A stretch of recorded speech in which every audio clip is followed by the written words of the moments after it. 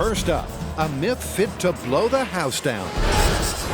Here's the myth. You've got a nice house, it's near the ocean, a hurricane's coming. What do you do? Does this have to do with opening windows? Bingo! The theory is that if you leave the windows open, it'll allow the wind to pass cleanly through the house, creating less structural damage than if you closed the windows. Really?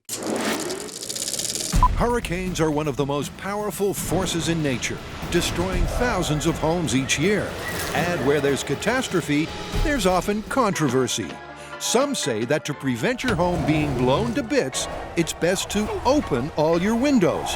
And some say to leave them closed. What are we gonna do? Well, before we even get to the hurricane part, I'm actually really interested in examining the structural pressures on a house, let's say, in scale. In a wind tunnel, we make a little house, windows open, close, try the different configurations and see what we get. Sounds like a good place to start. I thought so. Flash forward a day to NASA's Ames Research Center, just across the bay from M5. Senior research engineer Kurt Long has kindly offered his miniature wind tunnel for testing. There we go. Perfect. All right, just bolt it down and we're ready to go. But ready to go with what exactly? This may look pretty cool, but I assure you that yesterday this was nothing but a big sheet of steel with potential. And it didn't take long for that steel to fulfill its potential, transforming into a small-scale house. Like most simple homes, it's got 4 walls, a roof, and some windows. But this is an engineering marvel. All of the walls of the house have a hinge along the bottom, and that allows the wall to flex in and out. Now, because we've attached a cylinder inside that's filled with a blue fluid, when the wall moves in or out, it pushes that cylinder up or down, which moves this blue fluid in the hose up or down. Now, because the cylinder is actually quite large and this hose is quite small, we get a lot of movement on the hose that we can see clearly with relatively little movement on the wall. Each wall and the roof is color-coded, so the blue water runs up a clear tube to match a corresponding color on the big board. That way, they can see exactly which wall is feeling the force of the wind with windows open or closed. This steel box right here is our test platform for monitoring pressures on a house when the windows are open or closed in a windstorm. It's got 4 windows, 1 on each side, and we can open them by removing any which ones we want. Time to test the relative pressures from several hurricane window scenarios. And we'll kick it off with a total lockdown. Now, this test is with all windows closed, and this will be our baseline for all the other testing. Kurt starts the suction, raising the wind speed in an instant to 60 feet per second. The tail of the turbulence couldn't be more clear. Maybe, there you go. With all windows closed, the front wall bore the brunt of the blast. The roof began to lift, and the blue water went wild. Roof is lifting just a little bit. That's exactly what we'd expect. I think we're good. We can bring it down. That's perfect. Let's cut it. So they stopped the mini hurricane, resetting the tiny house with all windows open. So the myth is that leaving your windows open in a hurricane will result in less structural damage to your house. If this myth is true, when we run this test with all the windows of our test house out, we should see a lot less movement of all the sides. Once again, Kurt cranks the breeze up to 60 feet per second. And the movement, as predicted, is minimal. The walls and the water barely budge. That's coming down just a hair. Yeah, a lot less stress with the windows open. Yep. So, windward side pushed in 8.5 inches, a lot less than last time. The roof pushed up just a tiny bit. Everything was less. Everything was less with the windows open rather than closed. And that's good news for the myth. With all windows open, some of the wind blew clean through the house. Less pressure on the walls and roof should mean less damage. But this typhoon test isn't restricted to all or nothing. Next. Only the windward window open, all the others closed. Adam and Jamie try out a range of single window options. First, they just open the one up front. 60 feet a second. 0. Then they try a side window. Beautiful. And finally, they remove the one out back. I feel like I'm birthing a mechanical cow. But all windows open is still by far the best option. Nothing, nothing, nothing, nothing. All in that front face. Yep. I've seen everything I need to see. You want to call it? Yep. All right. The single worst thing you can do in a windstorm is open the windward side window and none other. Your house feels like a balloon. It puts a maximum amount of stress on the structure. It turns out that in this test, the least amount of stress on your house will result from you opening all of your windows. Indeed. The small-scale tests were great indicators, but we need to see how those pressure changes translate into real damage. Adam and Jamie know they'll have to upscale the house and bring on the hurricane.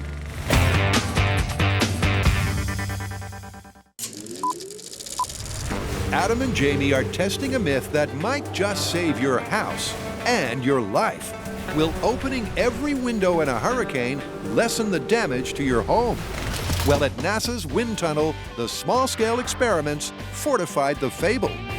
When we opened all the windows, we saw in that test specifically the least amount of overall pressure on our structure. So where does that leave us?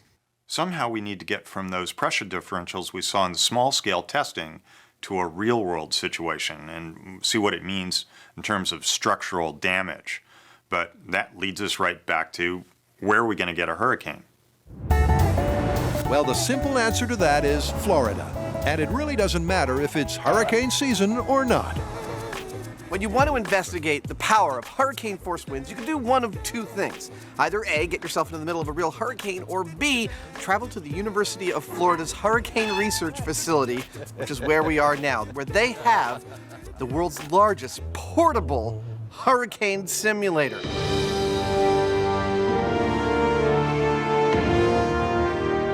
For obvious reasons, this 3,000 horsepower hairdryer is nicknamed Medusa, after the mythical Greek chick with snakes on her head. But this modern monster is way more perilous, pumping out 1 million cubic feet of air a minute. What exactly do you do with it? The hurricane simulator is an experimental means to create severe wind and wind-driven rain so we can test buildings, utilities, and even the landscaping around your home. Well, what's on the menu for us today? We're going to dial up a Category 2 storm with wind speeds in excess of 100 miles per hour. Wow. You said it, Jamie. And the guys just can't resist the thrill of first putting their own hides in harm's way. Okay, we're all set. Let's start those babies up. Here's man versus fan at 100 miles per hour.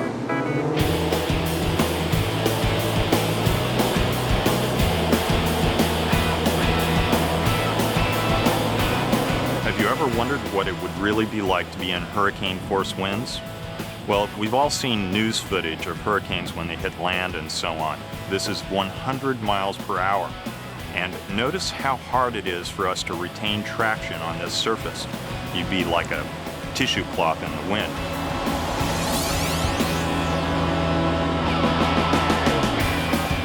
Oh, that is awesome!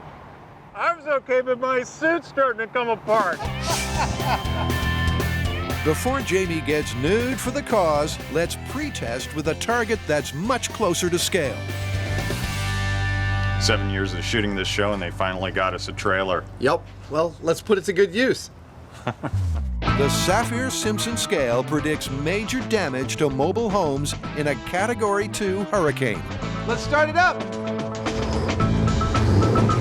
Medusa barely gets time to warm up before this caravan turns into trailer trash.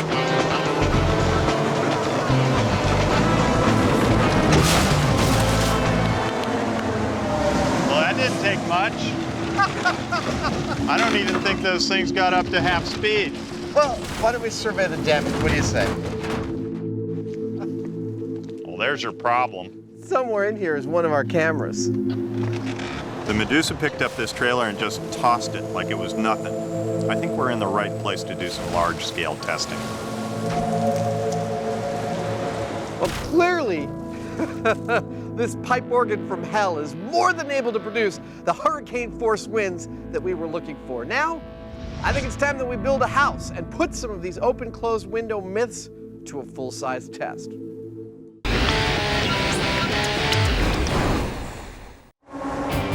Jamie and Adam have already risked losing their shirts, That is awesome! then totaled a trailer Well, that didn't take much. to trial this portable mechanical hurricane. I think we broke part of the toilet.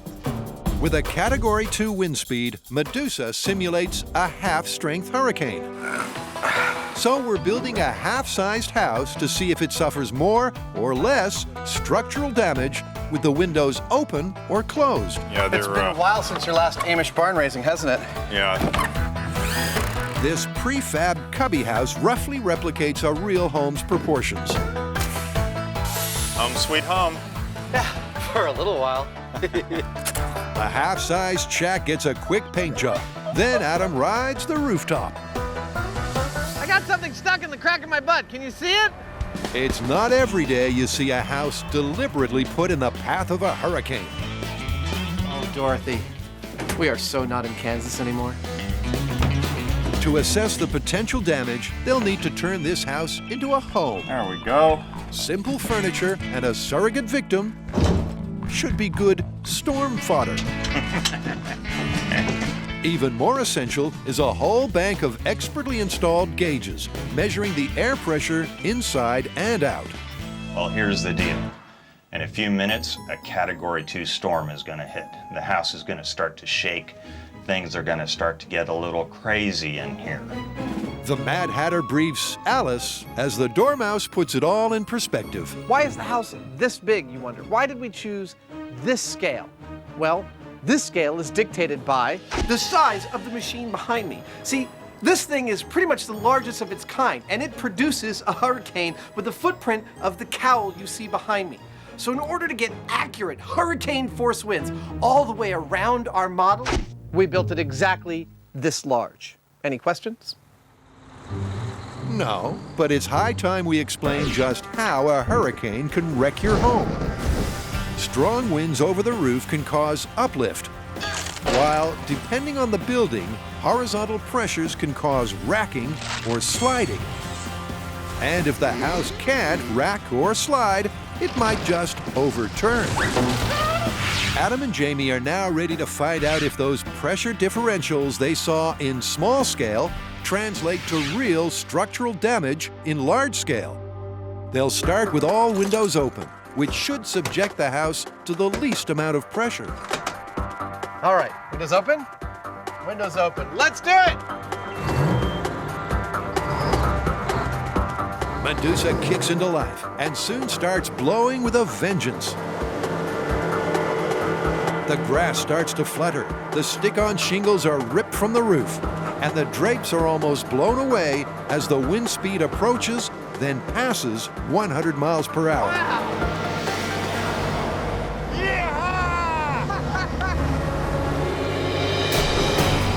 After 2 minutes, Jamie pulls the plug. As expected, with windows open, the house hasn't budged. Time to instigate an internal investigation. After you, sir. Oh, well, thank you. Hey, it's not as bad as I thought. She's still sitting in her chair. Yeah, one of the plants fell down, one of the candlesticks fell over, but pretty much it's not so bad in here. Still looks like a tea party to me. But if the small-scale results run true, the next test will be no tea party. They've repaired the roof and closed the windows. All right, you ready? I'm ready. All right, windows closed. Let's turn it on. Hang on to your hats. Facing a Force 2 hurricane at point-blank range, this could be the moment our kit home turns into kindling. Once again, Medusa cranks up to full speed.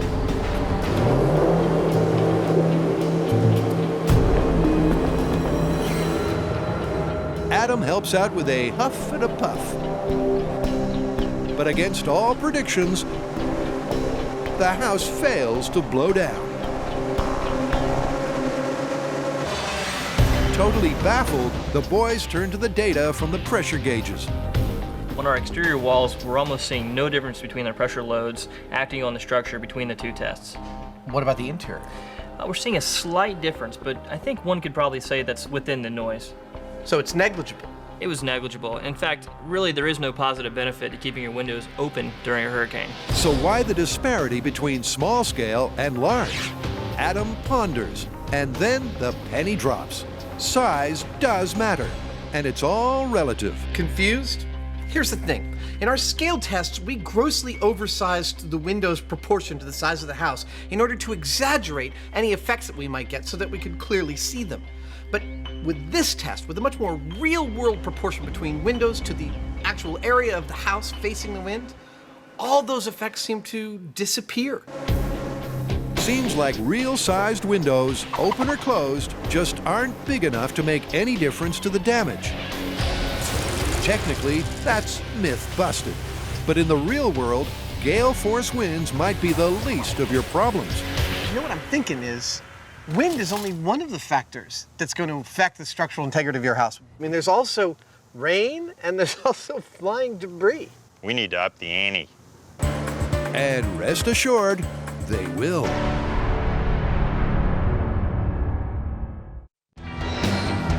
So far, Adam and Jamie have disproved the myth that it's best to open all your windows in a hurricane.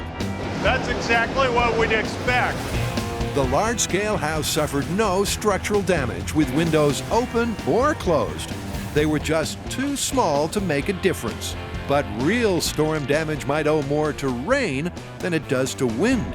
Time to bring water into the picture, and the guys are currently installing the Rainmaker, 71 spouts that will pour 40 inches per hour of rain on our house in a hurricane. It's not quite biblical, but it sure is torrential. They'll need to replicate a long-term torrent in a few short minutes. So Jamie adds a fire hose to the sideways downpour. That means we're going to dump a buttload of water onto this house all at once, and it should be pretty much equivalent to several days of hurricane. Now with the rain, I feel like if anything's going to cause some real structural damage, it's going to be the 1-2 punch of wind and rain. And punch number 3 is the flying debris. Adam supplies friendly fire via the lawn furniture. The windows get smashed early on, as they would in a real hurricane. It's a short storm, but they've literally thrown everything into it. What, do you think we replicated an overnight hurricane in about 10 minutes? Odds are they did. So how did the Tea Party weather the deluge? Wow, what a mess. There's water everywhere. Oh my gosh, the carpet is completely soaked through and through. Glass everywhere. This place is messed up. So what does this mean for the myth? Open or closed, the windows made no real difference in a Force 2 hurricane. The thing you need to worry about is water damage, and having your windows closed is no guarantee. The best thing to do in a hurricane is to board up all your windows. The house itself won't be at greater risk, and you might save yourself a whole lot of heartache. Imagine everything you own soaked to the bone. The floors of your house, all of your clothes, all of your electronics, all of your paperwork. And then imagine that it might take you days or even weeks to be allowed back into your house to start to salvage that stuff, as it slowly rots and molds and becomes completely unusable. Then tell me if you still think water damage is minor. Well, with windows open or windows closed, where do we stand on this myth? Well, in a Category 2 hurricane in a house built to code, no difference. So then it's myth busted. No help from opening your windows. In fact, opening your windows opens you up to a whole new world of pain. You've got your water damage, debris, and even looters. Well, if it was up to me, I'd be boarding those windows up and getting the heck out of there. Yeah, me too.